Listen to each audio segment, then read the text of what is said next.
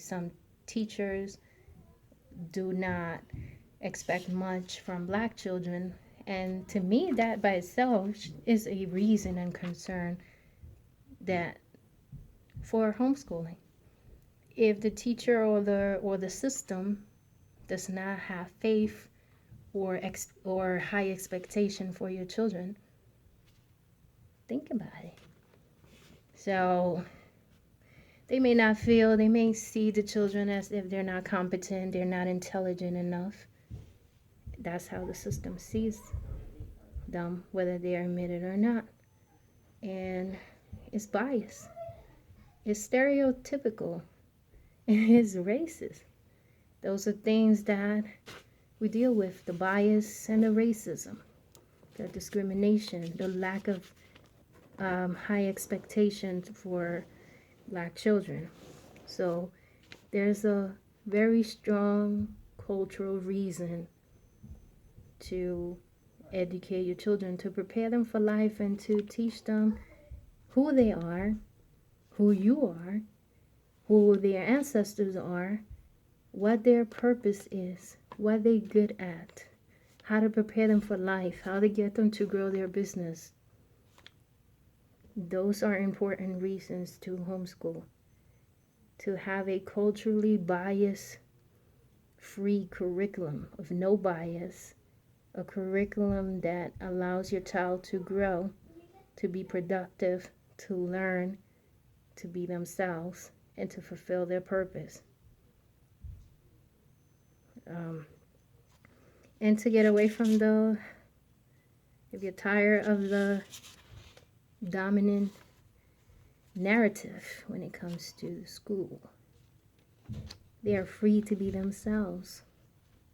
And another thing, they don't get as sick as much, because when they're at school and those children get sick and the teacher gets sick and everything just circulate and they got all kinds of stuff happening, children that are homeschooled don't get sick as much. That doesn't mean that they would never get sick, but they don't get sick as much.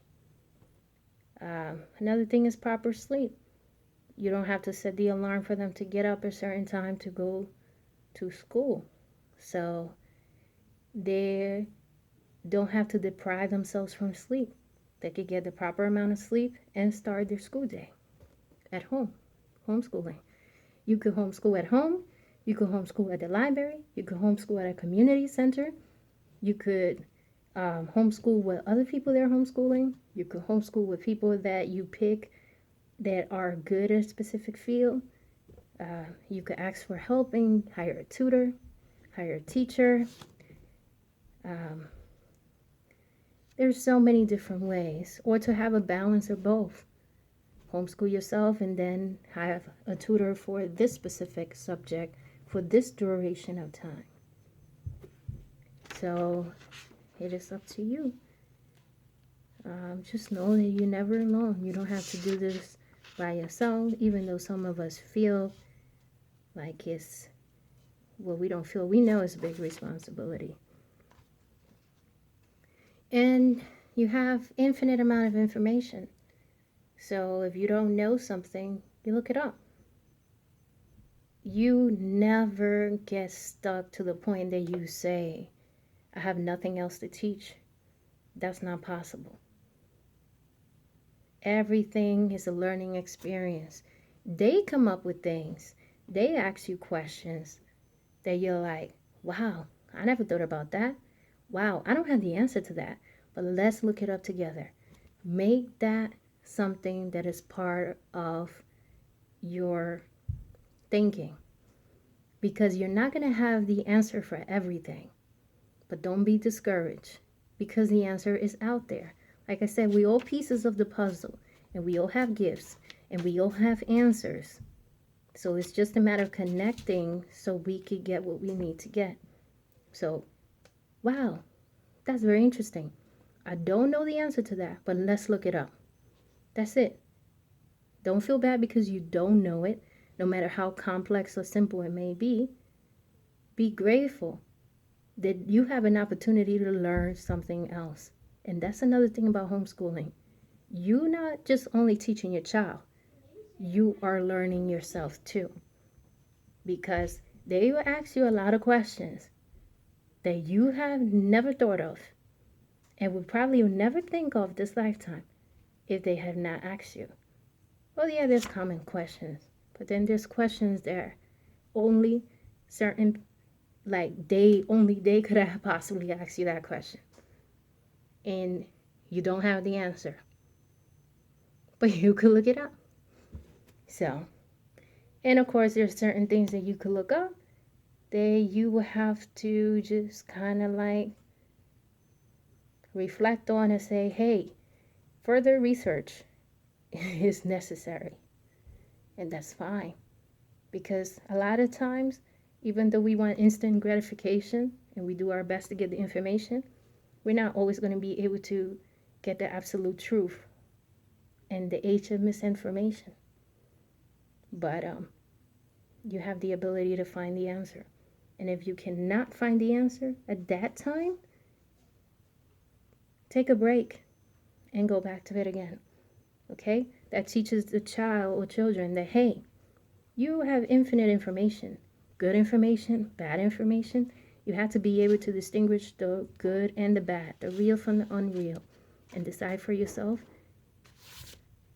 You have a research methodology. You compare at least 9 credible sources. But it goes beyond research methodology and comparing 9 credible sources at least. Certain things go beyond that.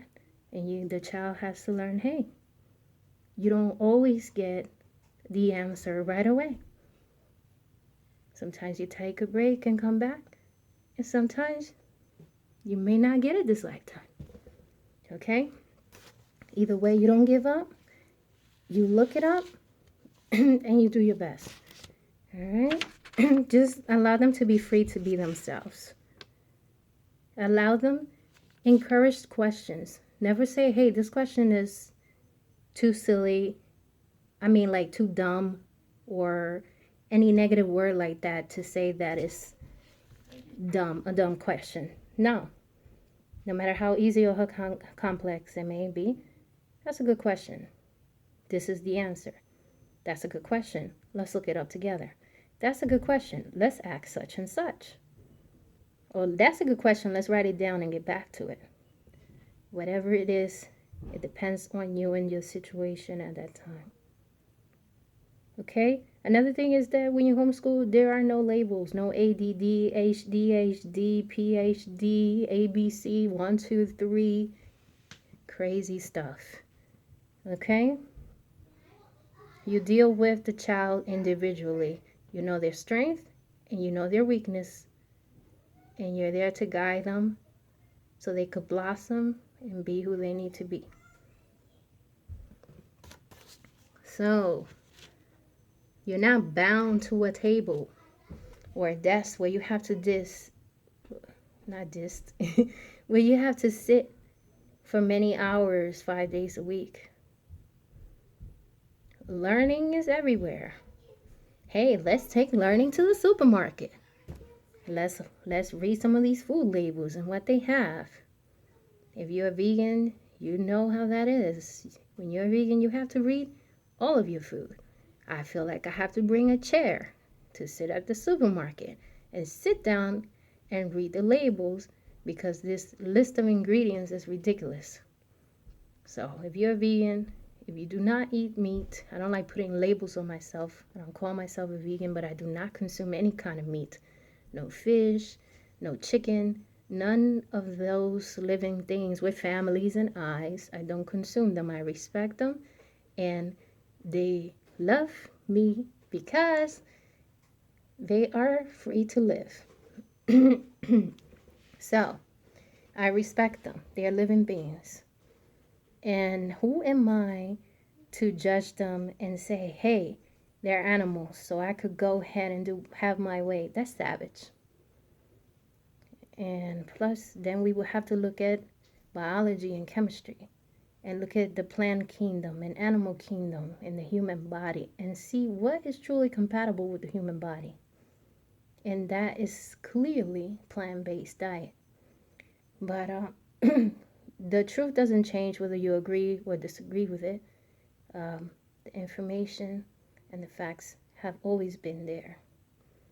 So take them to the supermarket.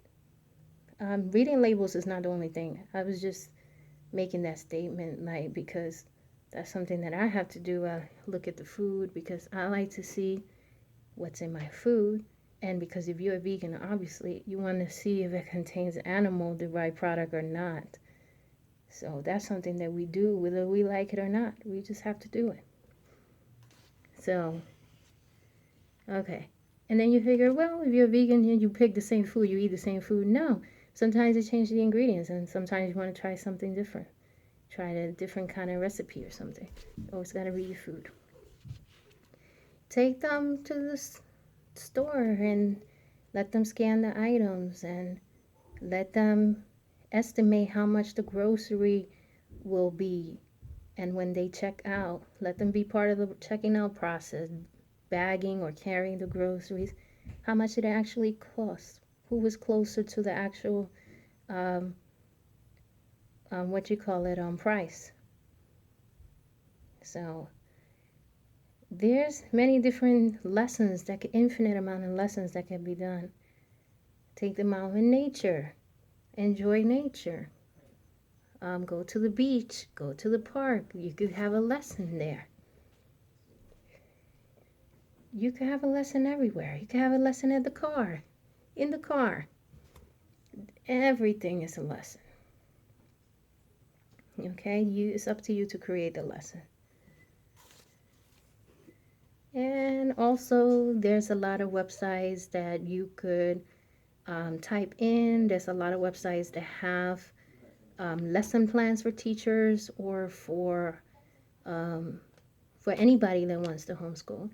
And there's homeschooling websites, and there's many different things. Whatever you need is out there. You just have to find it. Like I said, it's very important if you want to simplify your life to have a support group so that you don't do this by yourself. People that are reliable and competent and good at what they do, so that you can have less of a burden and they have less of a burden, because you come in with your wonderful skills and they come in with their wonderful skills, and everything is like, magic, good.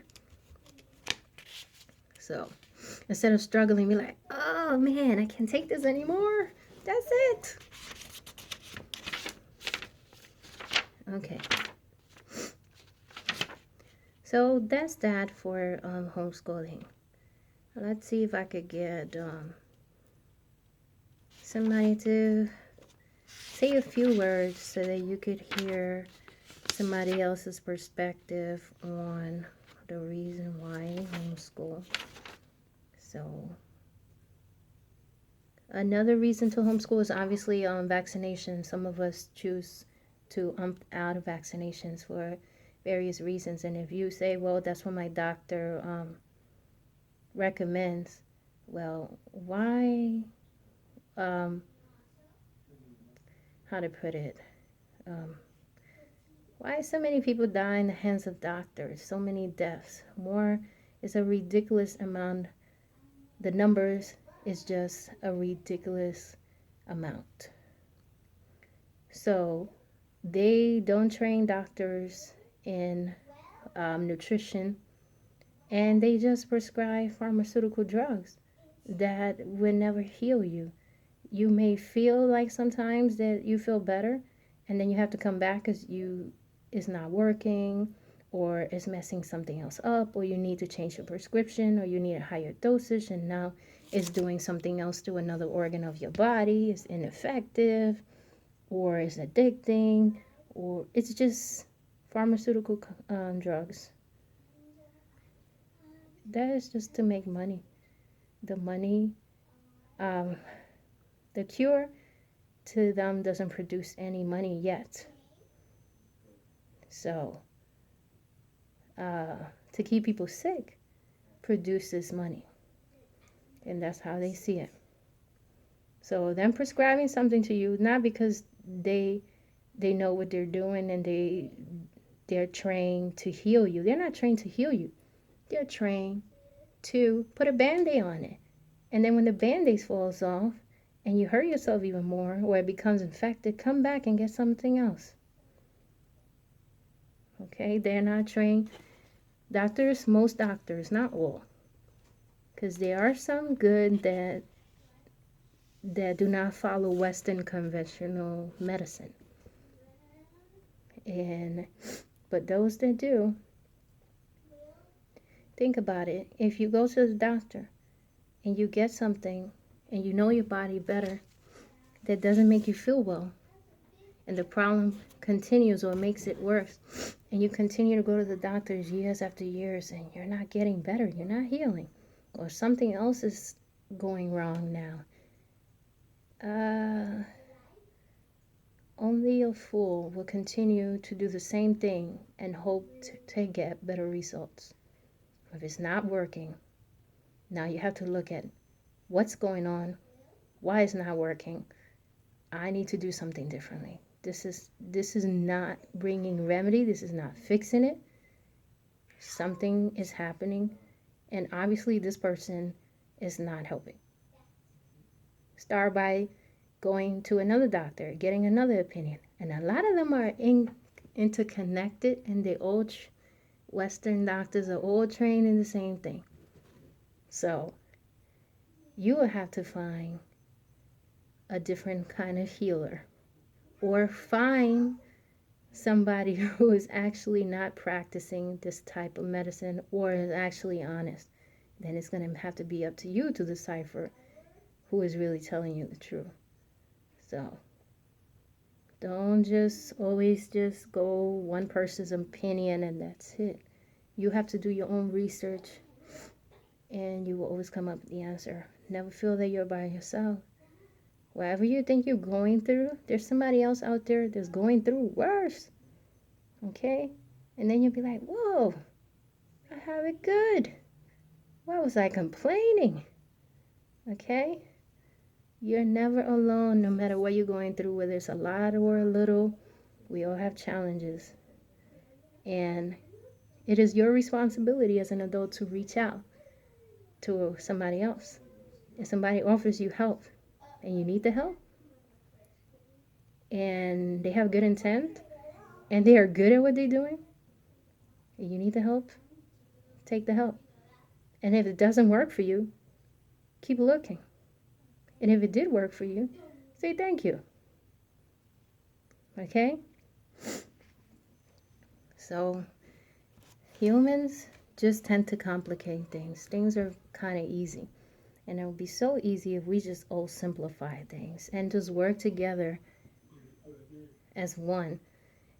Can we just stop being just like I, me. How am I going to get ahead?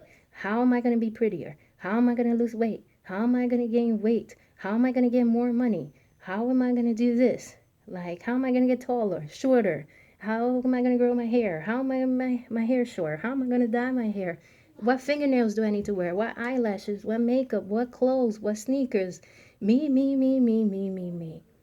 It's us. What can we do to better our beings, better our earth? Because somebody else that looks just like you is going to have to inherit this earth. To be very specific, your children, your children's children, those children's children, those children's children, they inherit this earth. You're supposed to leave it better than what was passed on to you. So while you're worrying about silly fingernails and what else people worry about, we have more important things. Years and years of saying about climate change, and people are just talking about, oh, it's just like I don't even know, can't think of the word right now. No, everything is fine. That person is just worrying too much, or they don't know what they're talking about, or it's a conspiracy, or whatever it is. And now people are talking about climate change. Can you imagine if back in the days we started doing what we're supposed to be doing, we wouldn't be where we are right now. But it's not too late. We could still fix it. But we have to want to fix it. But we worry about silly, insignificant things instead of worrying and working about it together. Because if we do a little bit, nobody has to do a lot. But I do a little bit. You do a little bit. He do a little bit. She do a little bit. Everybody does a little bit. It's less of a burden and we get it done. Instead of I do nothing. You do nothing. She does nothing. Nothing gets done. We just hope something magically happens and gets done. And the way life works is about choices, actions, reactions, and lack thereof. Energy. All the things that you do and the way that your life is a product of you, of who you are. The people around you that you choose to have around you influence that. But at the end of the day, it's your creation. You don't like it, make a better creation. That's all. Is it going to be hard? Yeah, it's going to be challenging. Whoever told you that life was going to be easy must have lied to you.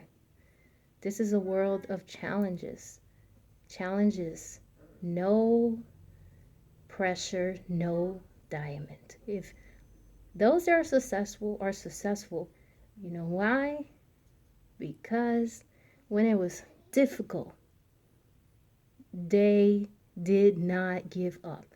When it was difficult and everybody else said, I can't do this. This is above me. I can't. I just don't have what it takes.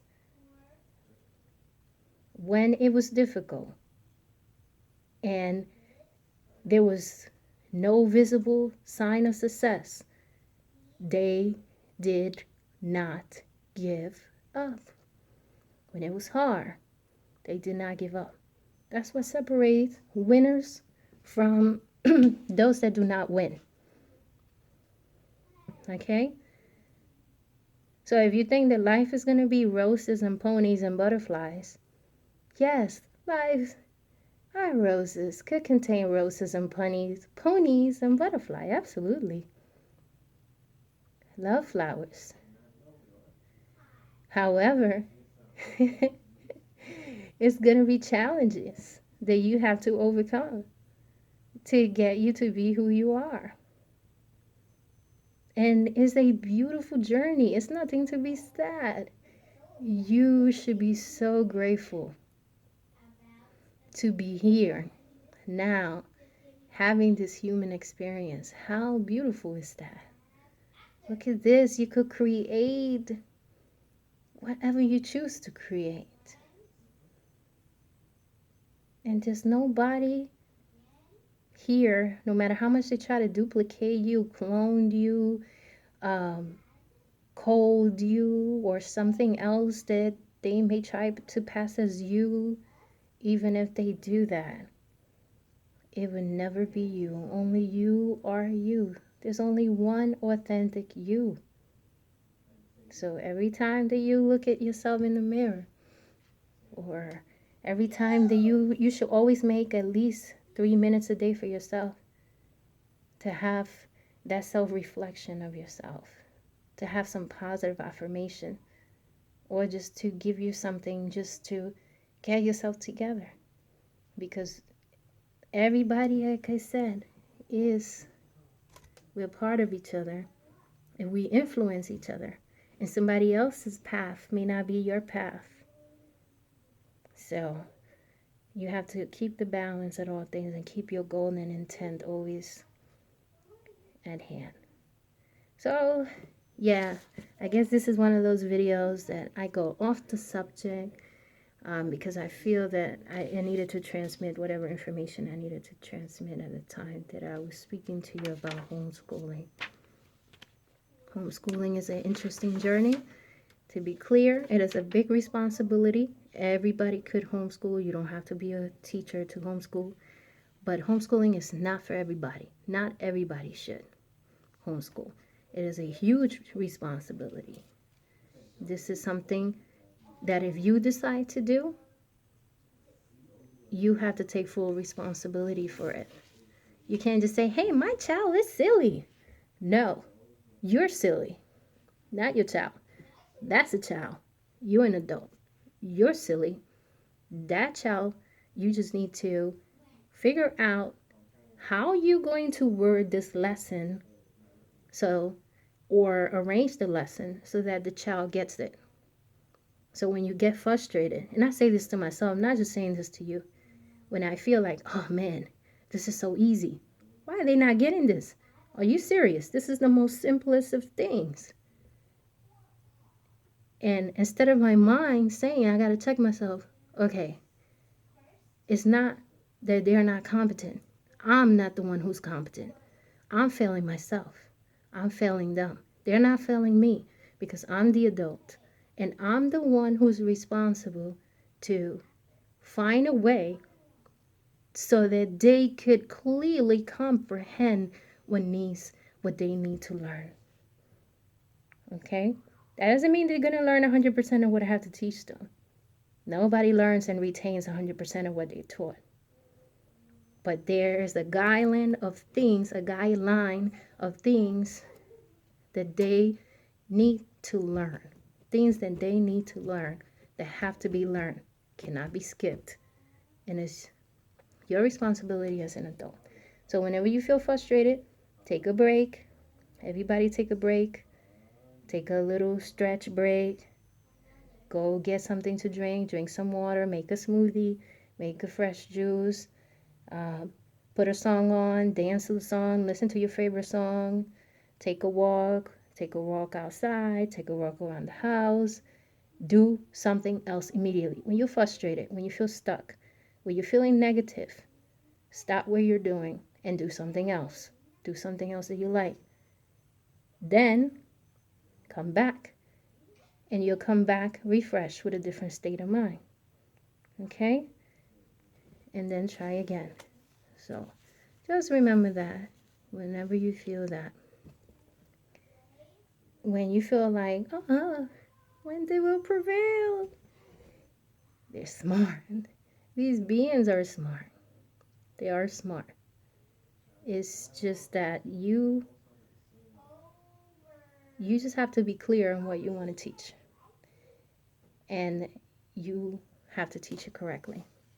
That's all. All right?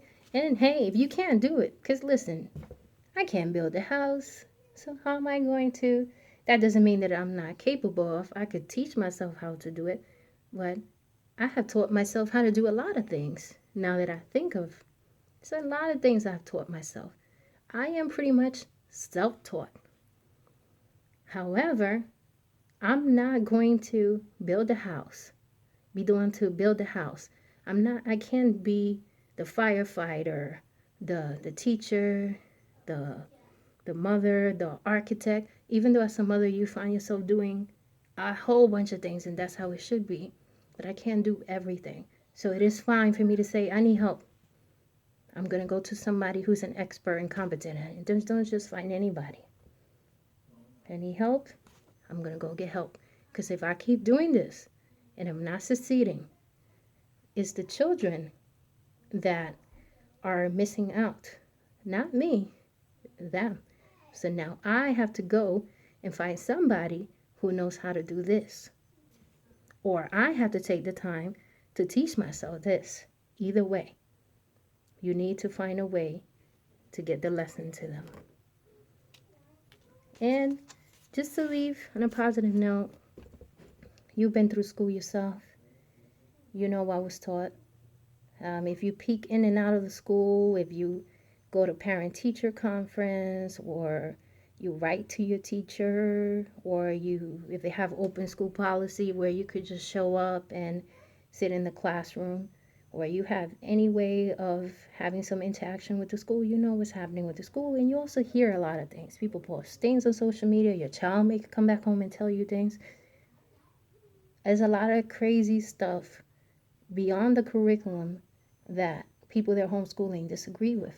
That is unacceptable for a child to be taught certain things. So that's another valid reason within itself to homeschool. Okay, so I'm not going to go into that. So if you don't know what I'm talking about, phew, it's not for you. But a lot of you knows what I'm speaking about. It's a lot of things that I've seen in school that I did not see when I was coming up. And then, of course, there's in terms of the lessons and things that they teaching the children and things that are happening in school that didn't happen back in the days. They're happening now. So that's something that you do not need to deal with when you homeschool. And obviously, they're still part of society. They still interact. They still, like my children have chess school. They have dance school. We take advantage of all the free programs that we could take advantage. Public library have a lot of things. Microsoft Word has things in the summer where they do computer coding. They also started playing soccer. So the key is to keep them busy and productive. Busy learning something, busy being productive, busy working towards their goal, busy being themselves. That's the goal. I'm already me. I don't need them to be me. I'm me. I'm already taken. I'm good. They need to be them. So that's another thing as a parent that you need to keep in mind. We all, like a lot of us, want our children to be doctors and lawyers and engineers, and let them be what they want to be. Now, if you happen to have one of those children that are not, that you may feel may not be inspired, you have to inspire them. You have to look at what they're good at, bring it to the light, and encourage them as a parent. When does your job end as a mother or a father? Never. Your child is not, you don't stop being a parent when your child is 18. You don't stop being a parent when your child is a full adult at 21. You don't stop being a parent when your child is 99 or 120 or 150, which right away is not impossible. You never stop being a parent. Okay? So all the answers are within you. Whenever you get stuck, reach out. This is the age of information, but also this is the age of misinformation. You will know within your heart what's real, what's not real, what's true, what's not true, even though